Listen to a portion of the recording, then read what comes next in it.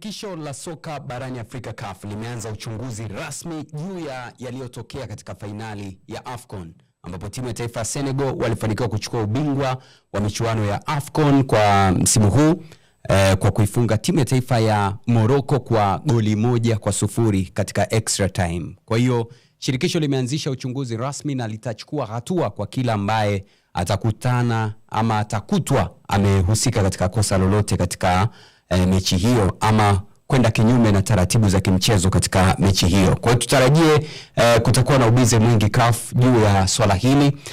Tutaona nani ambaye atakumbwa na rungu la CAF mara baada ya CAF kukamilisha uchunguzi. Yalitokea mambo mengi ikiwemo swala zima la maamuzi ambayo yalichukuliwa pale uwanjani, lakini pia swala zima la wachezaji kutaka kuondoka uwanjani kususia mchezo, mashabiki na mambo mengi yalitokea pale uwanjani wakati Senegal wakiadhibu Morocco kwa idadi ya goli 1-0 na Senegal kuwa mabingwa wa michuano ya AFCON. Je, ni kipi ambacho kitajiri mara baada ya CAF kuanzisha uchunguzi wake rasmi?